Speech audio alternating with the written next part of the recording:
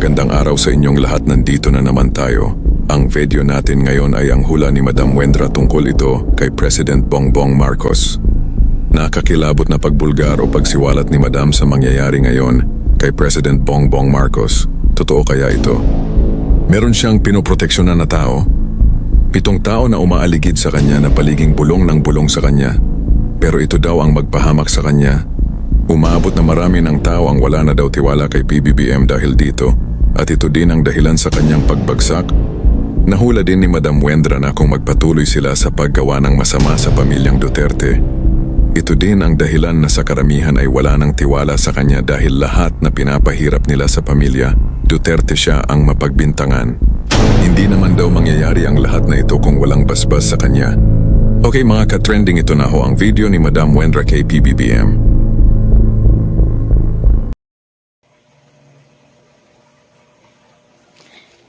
Hello po, again and again. Andito na naman po ako, nagbabalik ang makulit. Magbabasa ng tarot na si Wendra. Ngayon, ang dami pong nagre-request noon ng tungkol kay President Bongbong Marcos. Ngayon, eto na po, babasahan ko na po ang ating President Bongbong Marcos. For a short review lang, para alam nyo naman na ako ay pantay. Naririnig nyo naman ako tungkol sa pagtatarot sa ating Vice President. Ngayon naman, President ang ating itatarot. But before that, kung napansin nyo, nagtarot na po ako tungkol sa ating President. At maraming warning noon ang tarot sa kanya. Na actually, kung pinakinggan lang po at nanawagan pa ako na kung sino ang nakakarinig ay payuhan ang ating President, kung yun lang po ay nasunod, hindi po sana nagkaroon ngayon ng isang maatikabong paglalabas ng emosyon ng sanlibutan na ikinabagsak. Sinabi ko po yan noon, babagsak at iikot ang sitwasyon. Mawawala ang tiwala ng mga tao sa mga tauhan ng ating gobyerno. Nangyari di po ba? So, ngayon po, eto na naman tayo. Ipapaliwanag ko na naman na ito po ay pantay na pagbabasa ng tarot.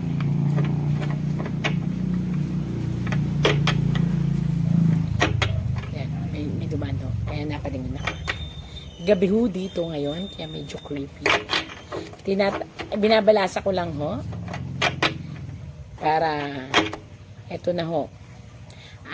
Para po sa ating President Bongbong Marcos. Kita nyo po ang tarot.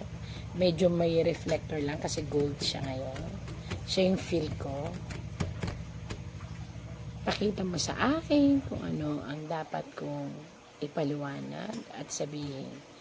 Ang lahat ng aking sasabihin ay naayon sa iyong ipakikita at ipagtatapat sa sanlibutan. Bongbong Marcos, Presidente ng Pilipinas. Yan po ha.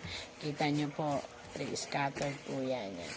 Ang sabihin yan, talagang ginugulo ko po para walang bias. Wala yung sabihin yung scripted. Ayan. Dito pipili lang po ako. Since hindi po ako si ating President, i-represent ko po ang pangalan niya. Toy? Ay, naglaro pa ako.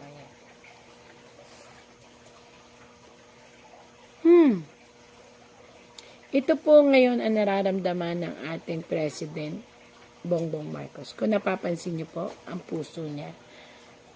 Ayan. Bakit po ang puso niya ang inilabas? Sa nangyayari po ngayong tensyon, sa nangyayari po ngayon na balitaktakan, sa totoo lang po, walang masisisi kung hindi siya. Actually, ito baka sermonan ko pa nga po yung mga taong nakikinig na talagang sasabihin nilang sila'y makamarcos. Kung talagang makamarcos kayo, sana narinig nyo noon ang YouTube at vlog ko. Napayuhan nyo po ang ating presidente, kung sino man ang nakaririnig nito, na maghinay-hinay sa pagdidesisyon tungkol sa isang pamilya. Dapat po lahat ng nangyayari, kahit sabihin pa po natin na alam niya o hindi niya alam, at the end of the circulation of the game, sa kanya ito ibabato at siya ang mawawalan ng reputasyon at pangalan kapag itinuloy niya ang laban sa Duterte family.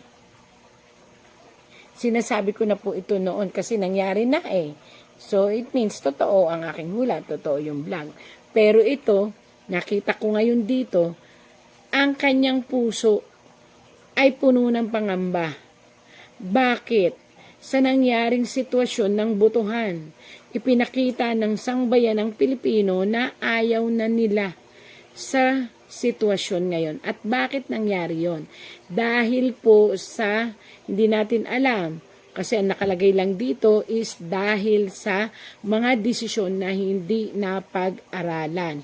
At ang ginamit ay ang impulsive thinking or yung sinasabi natin na kung ano ang may kumbaga sa papel, ito ibinigay ko sa inyo, hindi na niya siguro nabasa, tuloy-tuloy lang, and then pinatupad, and then ngayon nagkagulo. Ang naging kalaban po niya ngayon ay ang sambayan ng Pilipino. Pero marami pa rin naman po nagmamahal sa kanya. Ayan, ang dami pa rin naman po nagmamahal sa kanya. Again and again, kung may nakakarinig po nito na President Marcos po, sana po mapagpayuhan na wag basta makinig, wag basta magdesisyon. Hanggat maaari, i-stop ang lahat ng issue sa isang pagkaing nagbigay sa iyo ng anghang. Kasi kapag ito ay nilagyan mo pa ng nilagyan ng anghang ang isang issue na yan, maniwala po kayo, mapapaso kayo sa dulo. At ang kalalabasan ng pagkapaso, sunog. At ang sunog, pagkawala ng kung anong meron. Yan.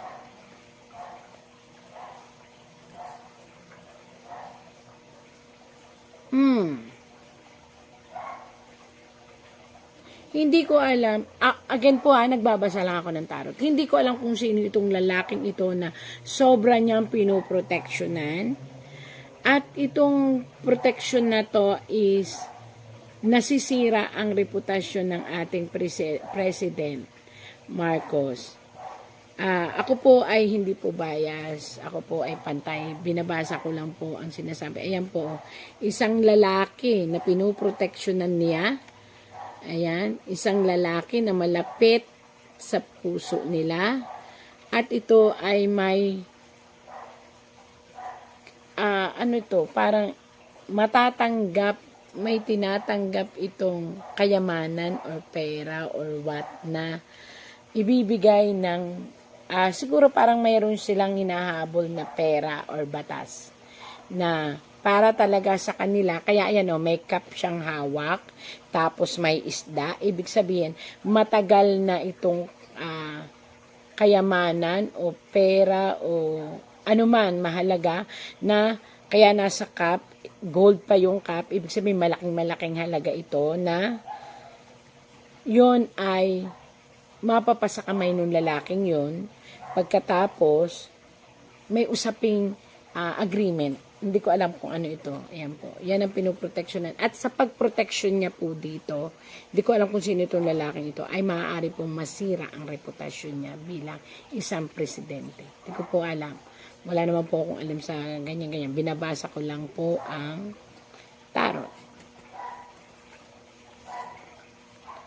Isang revelasyon ng inyong tarot na parang ngayon lang kayo nagigising na may 1, 2, 3, 4, 5, 6, 7 tao po ang parang bubuyog na bulong ng bulong sa inyong tenga ang sinunod ninyo.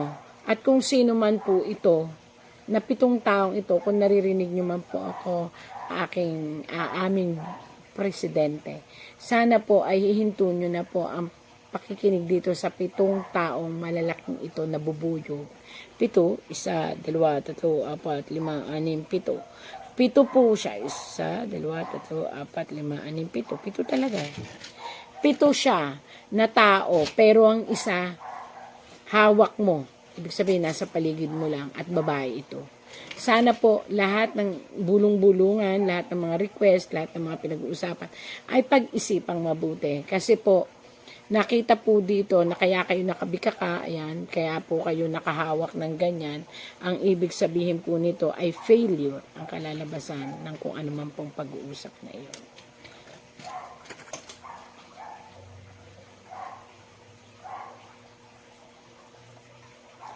Nako.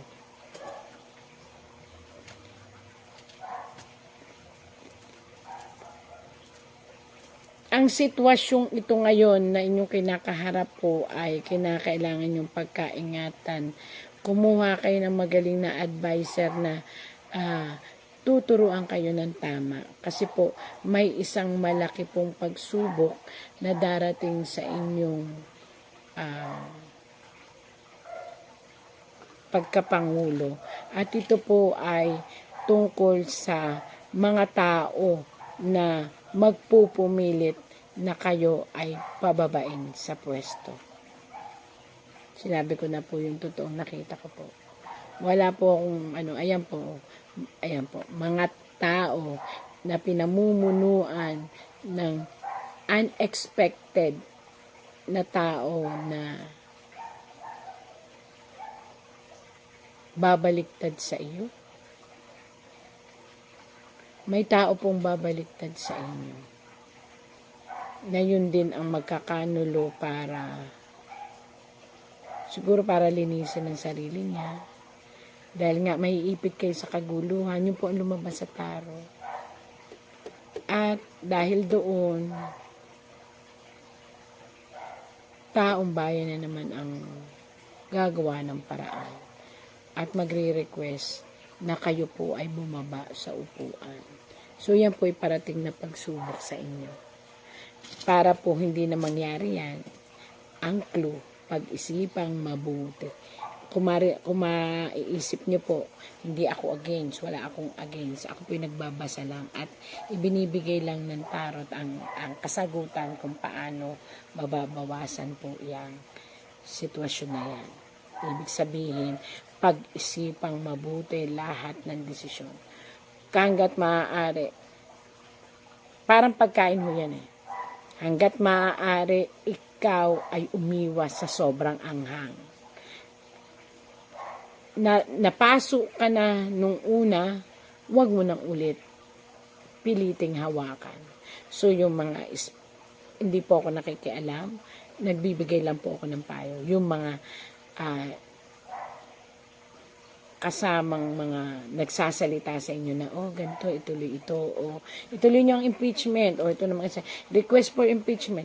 Tandaan nyo po, napaso na kayo sa ama.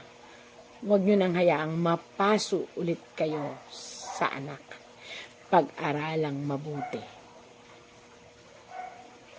Again and again po. Pag nagkamali po kayo ng desisyon, Mr. President, pagbagsak po ito ng political career, ng pamilya. Ito po yung naitarot ko na rin po dati kay Ma'am Amy Marcos, na mahihirapan. Kung napansin nyo dati, ang taas ng rating niya, tapos pumasok siya nitong huli. Tapos inendorso pa po ng ating Ma'am Sara Duterte.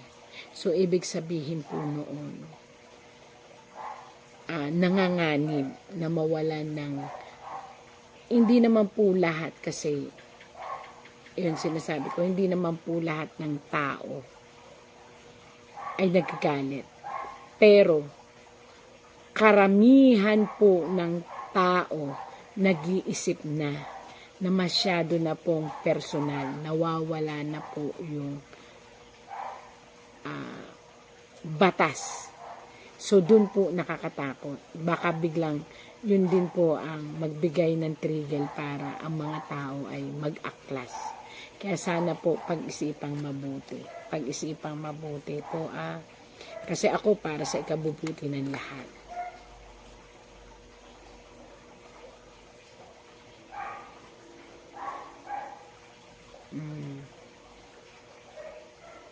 Ito kasi biglang tumayo ang isang ikaw ay isang hangman. Ngayon naiisip mo na parang naiisip mo na ang nangyayari. Pero paano ibabalik ang nakaraan? Yun, true, siguro,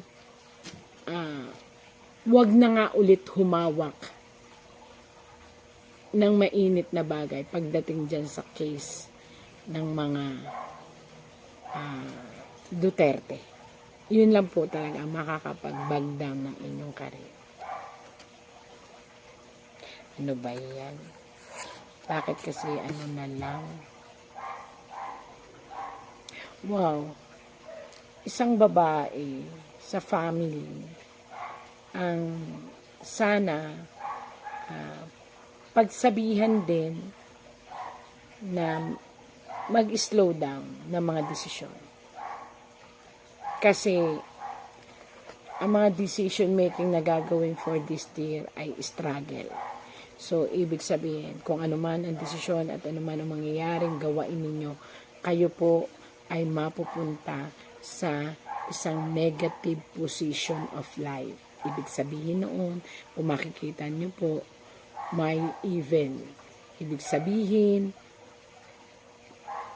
lahat ng desisyon na gagawain ninyo na hindi talaga pag-iisipan at lalo na't mapapansin ng taong bayan ay pagbagsak po ng political career ninyo. Ayan po.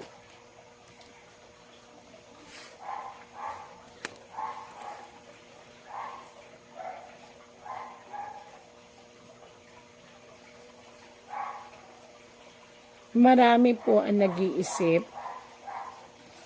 na ito po na magsama-sama para po lumapit sa inyo at hilingin na ihinto na ang anumang bagay tungkol sa kaguluhan na kinasasangkutan ng tungkol sa ICC po.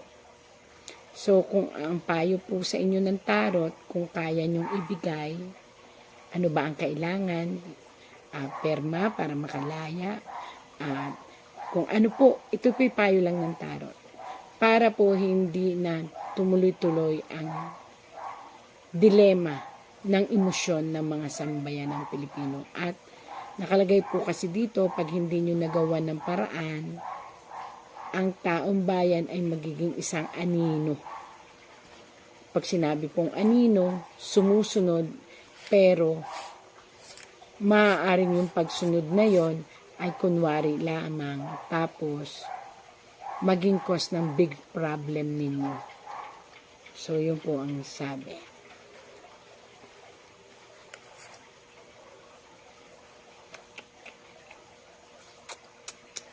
Kalungkutan. Talagang kayo po ang dapat gumawa ng paraan upang ang inyong opponent o ang kung sino man, alam naman na ng buong bayan na sa inyo talaga isinisisi ang lahat ng bagay na nangyayari sa inyong nasasakupan. Ang sabi po dito, kinakailangang mapanatiling ligtas ang Tatay Digong sa ICC o sa anuman upang hindi dumating ang panahon, lahat na naman ang mangyayari ay sa inyo po masisisi. So, ang linaw po sabi ng tarot, kailangan maging safe si Tatay Digong o ang mga family Duterte kasi lahat po ng mangyayari ay sa inyo isisisi ng taong bayan. Sinusubaybayan po kasi ng taong bayan yan po. Kaya nakatalikod kayo, may hawak na pat-pat o kahoy kasi ibig sabihin, watch out ang mga tao sa bawat galaw at kilos nyo. So, napakahirap po ngayon dahil talagang dinumero uno, binabantayan ng taong bayan. Kaya kinakailangan pong makagawa kayo ng paraan na mailabas ang hinihiling ng taong bayan. Ayan. At maging ligtas.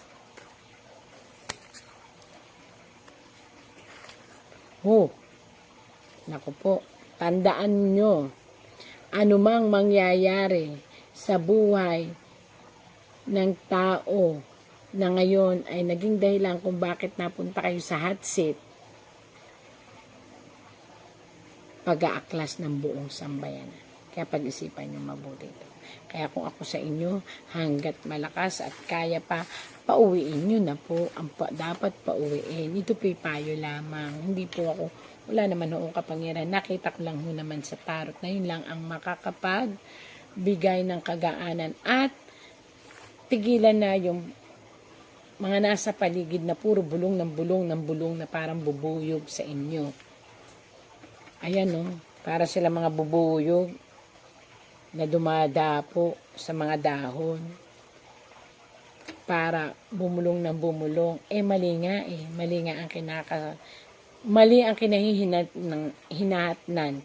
Kaya mas mabuti po na wag makinig na lang at piliting ibalik na lang. Kayo lang po ang nakikita dyan sa tarot na makapag-aayos din ng sitwasyon. Hanggang doon lang po ang binabasa kong tarot ngayon at medyo po. Palalim ho ng palalim ang mga tarot. Sige po.